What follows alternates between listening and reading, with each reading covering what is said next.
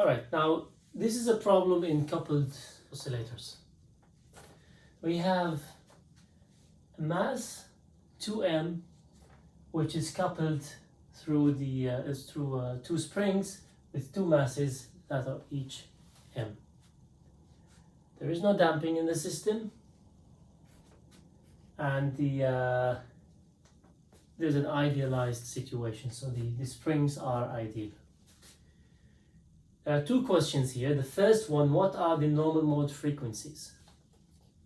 Well, we know that there should be three normal mode frequencies because there are three objects. What are these normal modes? Can we guess them? The second question is, giving some initial conditions, we want to describe the position of each of these masses at any given time. So to start with the first question, it looks quite complicated, and we've seen in the past that there was some problem that we could actually guess the normal modes. One thing that helps us to guess is that we know that when we talk about normal mode frequencies, then all the objects should be at the same frequency. Otherwise, it won't be a normal mode. So we're going to try and guess the normal mode frequencies, and after that we're going to see a detailed solution. So in case that you don't know how to guess these out of symmetry and so on, how can you actually arrive into these solutions? All right, so we should have three normal modes. Let's think of one of these modes. We know that at the lowest frequency, they all should be traveling in phase with each other.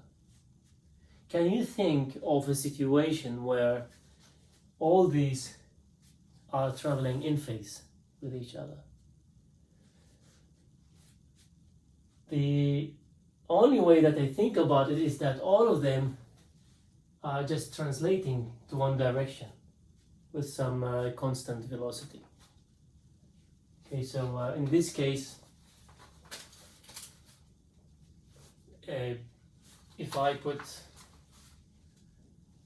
this, so this would be x1,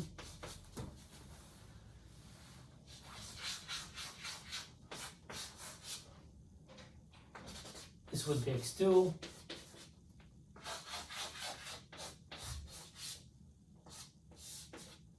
and this is x3. So one way to have all of them at the in phase with each other is to have x1 equals to x2 equals to x3. So basically, all of them are traveling with the same velocity, which is some constant plus v times t. Okay, if you have that situation that all of them they're just translating from one side to side, then you can argue that they are all in phase with each other, and they all have the same frequency. It's a very low frequency, and the amplitude is infinitely large, right? It's the frequency tends to 0, right? And the amplitude tends to infinity. But it's one of the possibilities. So this is one of the modes. Now let's think at the other two modes. We can make use of symmetry. So another scenario would be that this is first mass,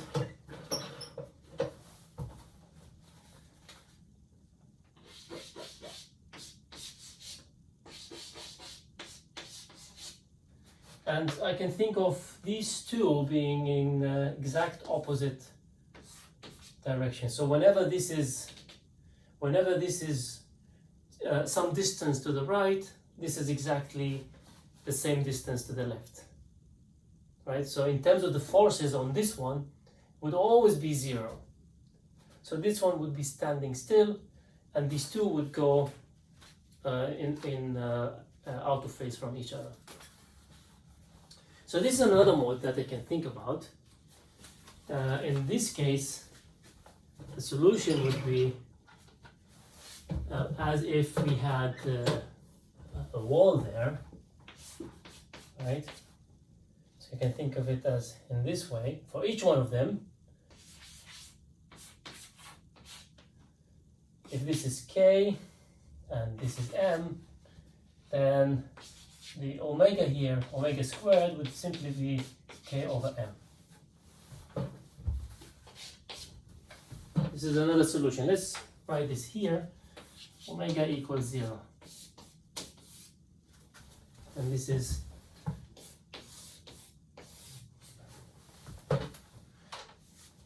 now you might say, well, not too fast. At the very beginning, you say that a normal mode is when all the objects are actually at the same frequency. But you see that, all right, so these are at the same frequency, they're just out of phase from each other.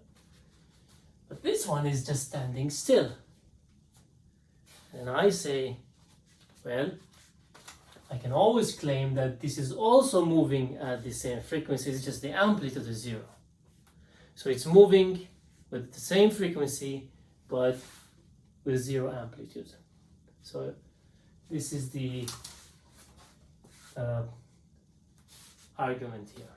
So this would be the second mode that we found. Let's look at the last mode.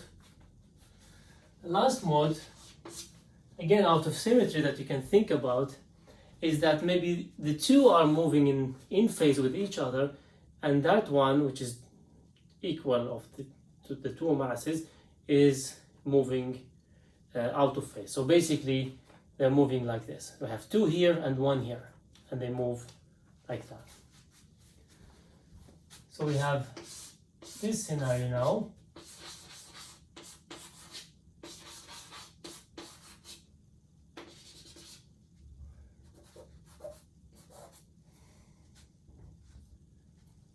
Okay. And now we can say that these two are moving in this direction, and this one is moving to that direction. In this case, this is equivalent to, just as this was equivalent to this problem, now this is equivalent to the problem with one mass here with 2m attached with another mass here, 2m.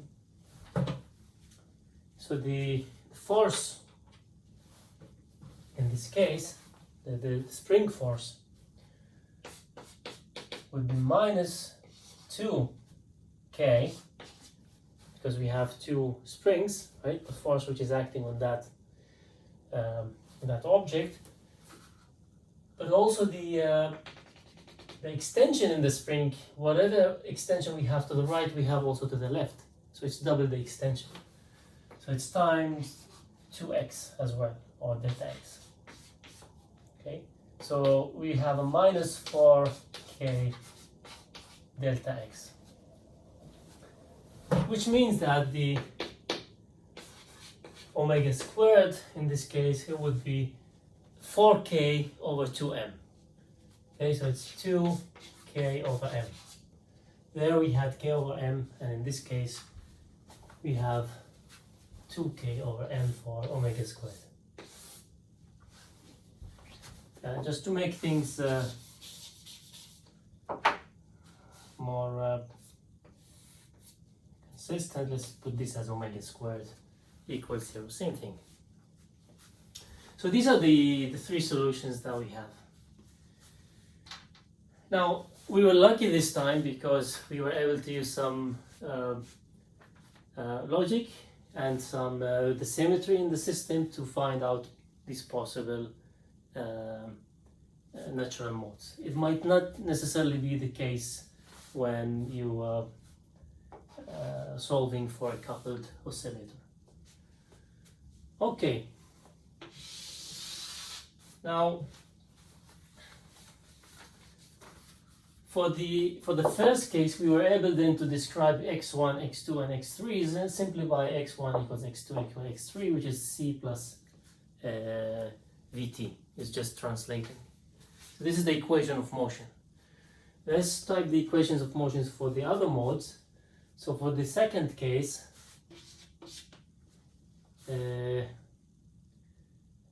let's type for all of them. So for the first case, we have x1 equals x2 equals x3, and that is c plus some vt. In the second case, we simply have an oscillator which goes like, for x1 it's standing still, right? So x1 equals 0, and x2 is some amplitude cosine omega t, and x3, it's exactly the same amplitude, but it's in the other direction, minus a cosine omega t. We're lucky that we're able to describe the system like that by guessing, but as I said, I'm going to do the detailed solution later on also, so you don't have to guess. But this is one way of doing it, okay? As long as your guess is successful, then it's fine. In the third case, so this is moving and these are moving as well.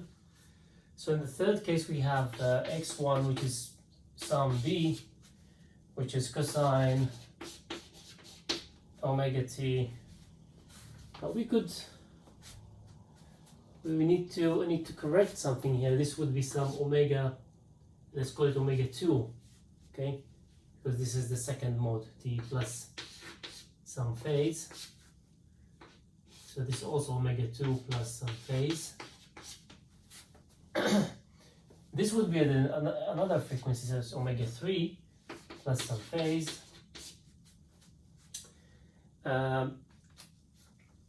And the other two, it's obvious that it would be the same amplitude as well.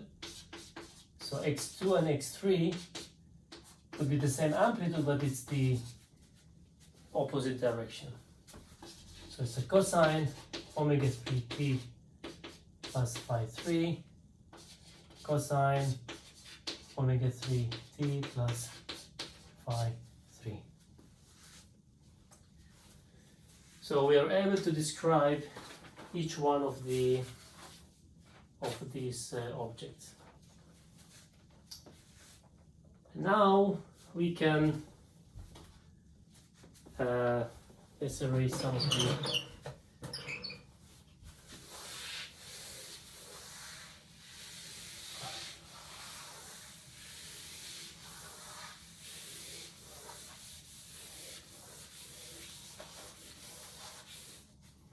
Okay, now we can describe the motion of each one of them. It would be a superposition of the arbitrary motion. If you give an initial condition, it would be a superposition of the modes, right? So we can write for x1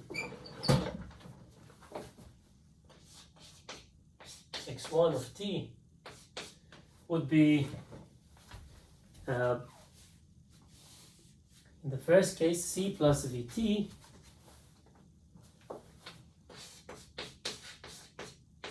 plus, in the second case is just 0, plus, in the third case is b cosine omega 3t plus phi 3. Is that right? Yes. So any I can describe the motion of the first object, of this object now, given any initial conditions. I would be able to describe it using this equation. I need to find the constants, and the constants are found by solving the three equations. So we have, and from the initial conditions. So for the second one, we first have this again c plus vt plus a cosine omega 2 t plus phi 2 plus or minus b cosine omega 3t plus phi 3. So this will be the second, and the third would be very similar to this. So you got the point. From the initial conditions now, you can find out the unknowns, and thus you can describe any of these objects using these three equations. But what if we weren't so lucky to think of these natural modes in this way? Let's see if we can still find this. Alright, then all we need to do is to follow the recipe that I gave you in the lecture. So we're looking at some case, general scenario. Let's say that we have, you see like this? Okay.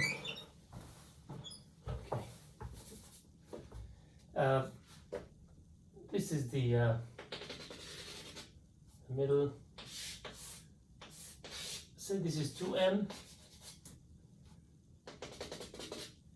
and I'll choose to take it now to the left, so this will be my x1. As long as I'm consistent with the notation, it should be fine. We have, let's say, one object here. This is x2, and one object here, and this is x3 at some moment in time.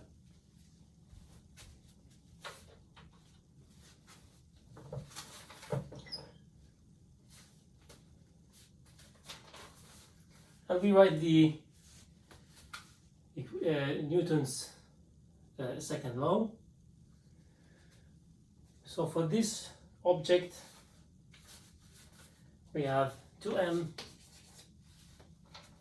let's change color. We have 2m times x1 double dot, and that is equal to the spring force. You know the spring force, we have this one and that one, so that is minus k. I'll do it by steps. We have an extension here and an extension there. I took that x1 positive to the left and x2 positive to the right, so which means that I can write here x1 plus x2.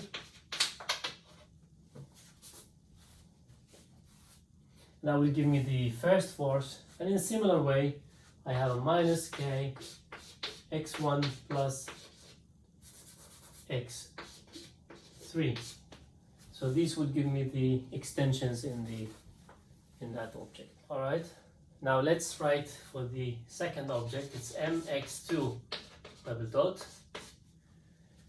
And note that because of the way I defined x2 being plus to the right and x1 being plus to the left, in this case I know not only that the force would be the same magnitude, it has to be the same magnitude, the force there, but I also know that it has to be also with a minus sign because of the definition.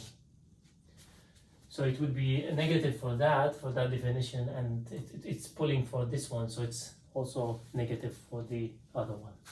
You don't have to define it like this, I just want to show you that as long as you're consistent, things should work. You could also define this here and take x1 to the right, as we did in the lecture. If you think that would be safer, then maybe you should do it that way. At the end of the day, the signs would take care of whether it's the magnitude is plus or minus, and that's it here.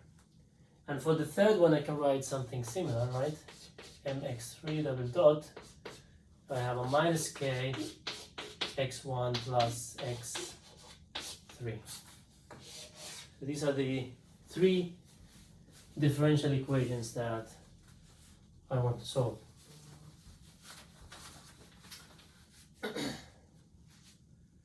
Now, same thing, we can take omega s squared in k over m, makes things easier.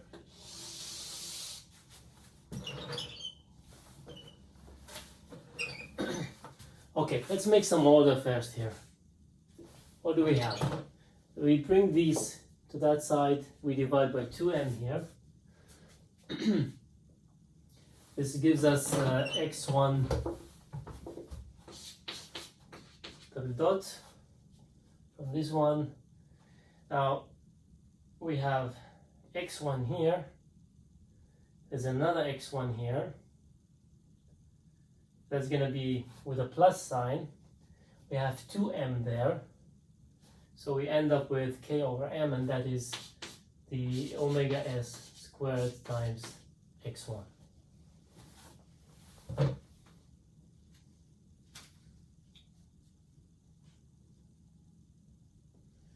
However, for x2 and x3, even though it would be in the same sign, but you would have a factor half there.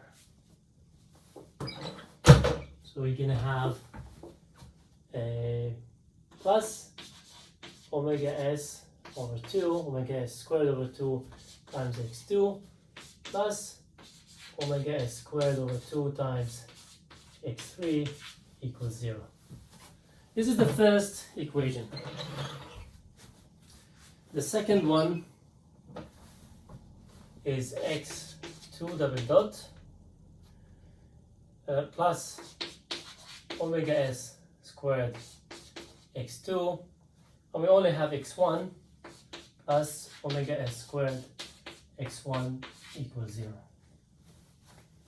And the third equation would be the same as the second one, so x double dot 3 plus omega s squared x3 plus omega s squared x1 equals 0. The trial function now that we use, write it in general, would be some xn, an cosine omega t plus phi, and n is for 1, 2, or 3, right? We substitute this into these equations now. We can already drop the cosines after we do that. So let's see what we have. The x double dot gives us a minus omega squared times an times a1, so it gives a minus omega squared times a1 plus omega s squared times a1 I can take the A1 outside already.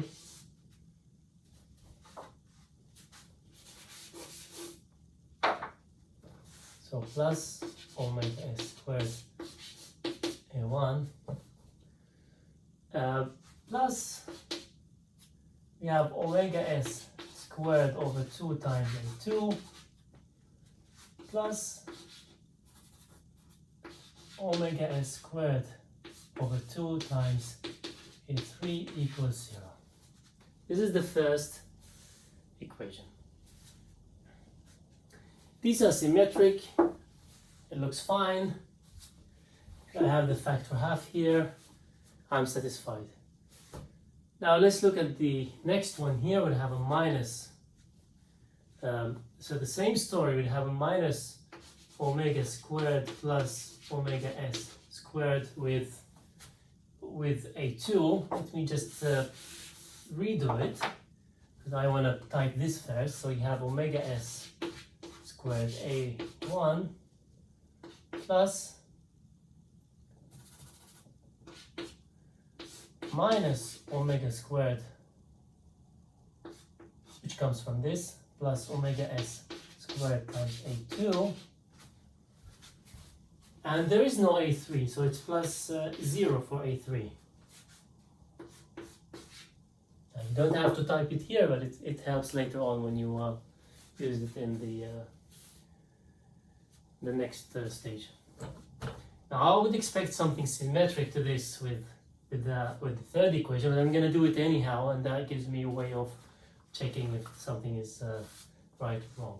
So we have x1 here with omega s squared. I want A1 always first. There's nothing with A2, so that's a 0.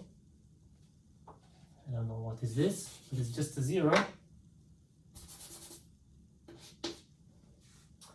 And finally we have, from this second derivative, we have a minus omega squared plus omega s squared times A3 equals 0.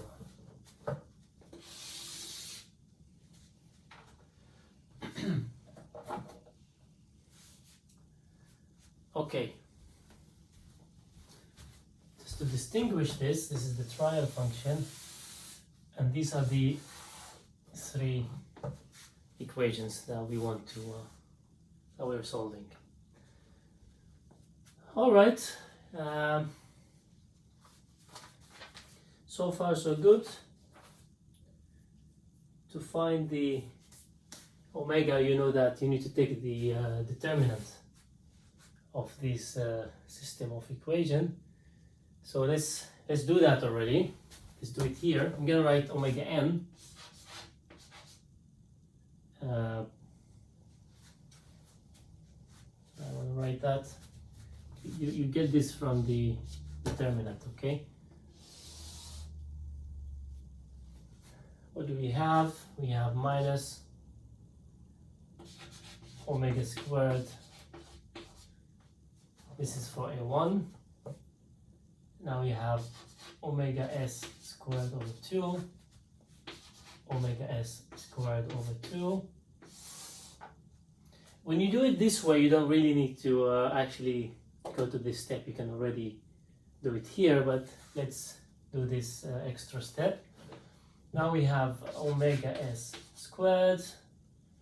The second term would be minus omega squared plus omega s squared, and the third term is 0.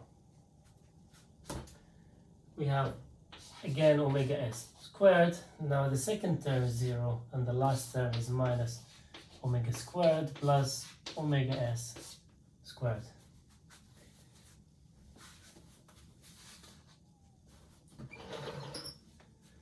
Now to find A1, A2 and A3, you would be looking at the determinant of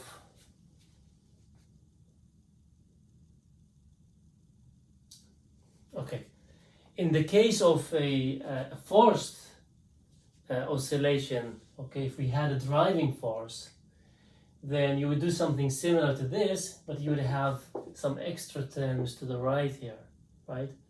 And then to find A1 and 2 and 3, you would use the same determinant, but replacing the columns by the column to the right of the forcing for each one of the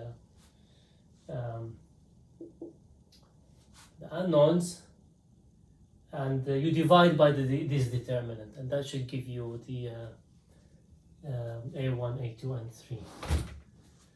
But now we don't have that. Okay.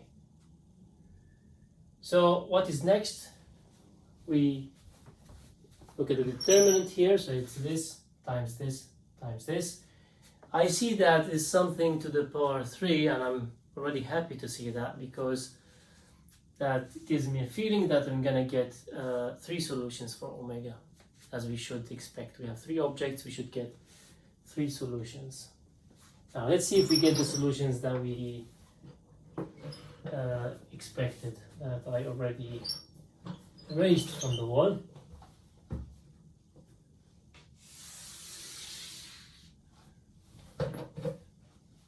Now before I do that, let me type the solutions that we had before, that we predicted, so we can compare with these immediately.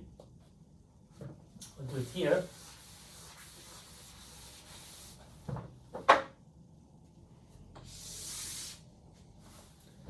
So omega 1 was 0, omega 2 was,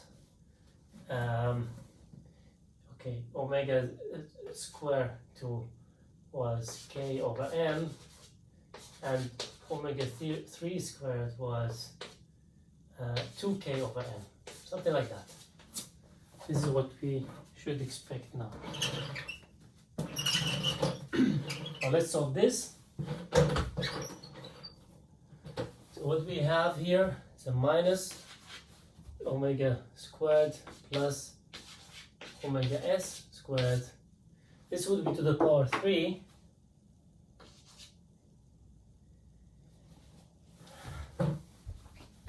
This plus this is 0. This times this times this is 0. This times this times this is also 0. So this is the only term that survives here. Now minus these times this times this, which is 0, but also minus this. So we have 2 terms with the minus sign. Let's write them down.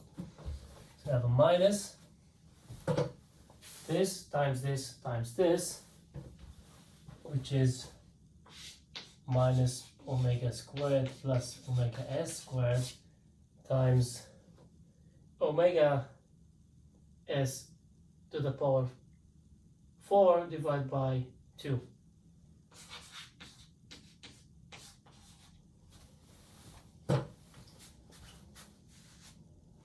Yes. Now also minus this times this times this, which is basically another term with minus omega squared plus omega s squared times omega s to the power 4 divided by 2. So allow me just to, if we add them together, this is exactly what we would get. I hope you agree with that. Sometimes with the limitations of the wall, we have to make shortcut. And I'm gonna make another shortcut. You see that this term, I can take it out here. So the whole thing equals to minus omega squared plus omega s squared times, now this one would be minus omega squared plus omega s squared to the power 2, right? This gives the power 3 here. And here I have only minus omega s to the power 4.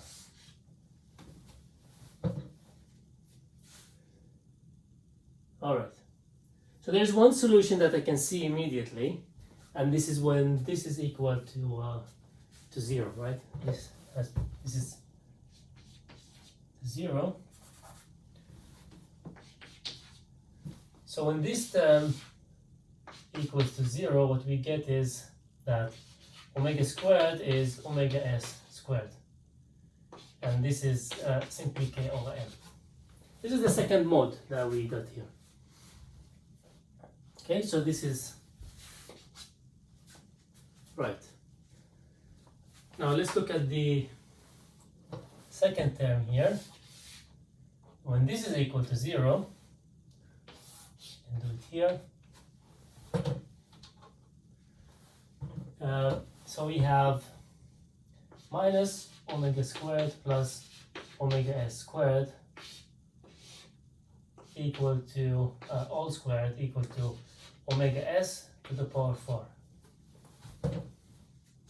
And this gives us now two solutions. One solution is minus omega squared plus, I can already type with two solutions, omega s squared equals to plus or minus omega s to the power 2. So if you go with the plus, these cancel out, right? And this gives omega squared equals 0, which is the first solution here. So this is also one of the solutions that we predicted. And when you go with the minus,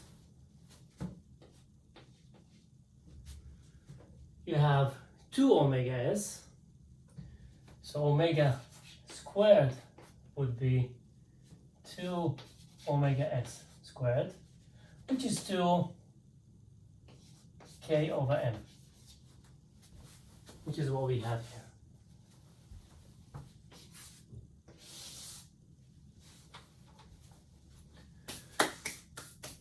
All right, that's it.